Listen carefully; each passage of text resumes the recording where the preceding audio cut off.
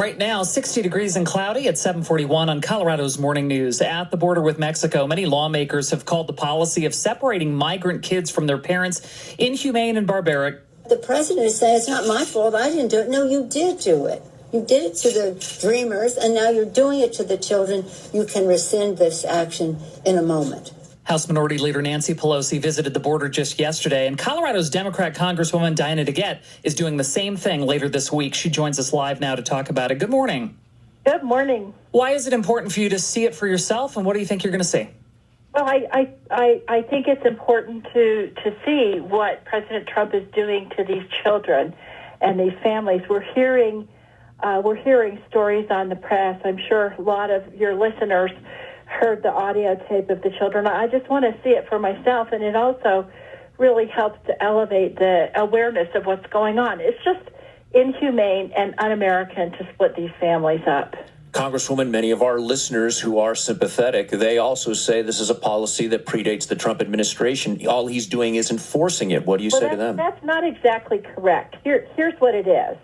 The law says that if somebody is criminally charged, you can't put a child in jail with their parent. And in the past, what's happened is when somebody was a refugee or they were coming in to try to get asylum, then the policy was don't charge the parents as criminals, help process them through and keep the families together. That's called prosecutorial discretion, and it's totally allowable under the law. The argument that the Trump administration is making is just patently false.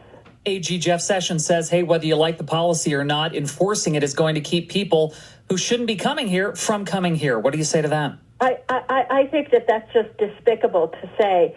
If you're the victim of violence in your home country, gang violence or domestic violence, that if you come to this country, your child is going to be ripped from you. That's just wrong. And I think most Americans agree with that. Why can't a vote get done? Why isn't any legislation taking place? We've had some of your compatriots on with us talking about this. What's the holdup in Congress?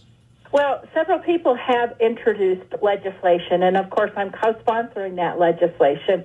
But what I think part of what President Trump is doing, as well as playing to his base, I think that he's trying to use these children as a leverage to get his wall in the immigration legislation negotiations that are going on just this week.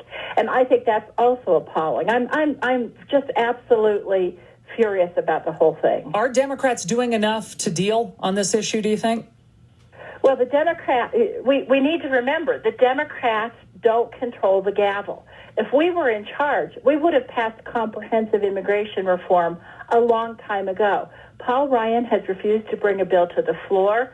He's now going to bring two bills, we think, this week, but they're punitive and they don't solve the whole problem. So, you know, if we were in charge, we would have passed legislation by now. But do you get the sense, hey, we agree to fund the border wall, we're going to get those kids together with their parents? Why should Donald Trump be holding these children hostage to get a border wall that everybody agrees is a big waste of money and won't help solve the problem? That just seems wrong. And Congresswoman, with a few moments we have left, do you have to separate out DACA, that issue, with what's taking place currently at the border? Well, DACA, obviously we need to keep these dreamers here. We need to help give them a path to citizenship. That's just another facet of this immigration reform issue. And I frankly think if we sat down in a bipartisan way, we could come up with comprehensive immigration reform. The business community wants it. The farmers and agricultural sector want it. Ski Country USA wants it.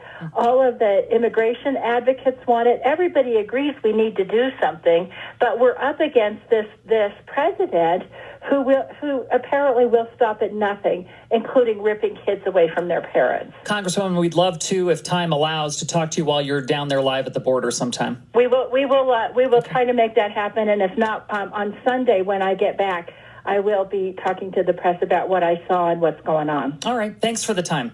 Thank you. Take care.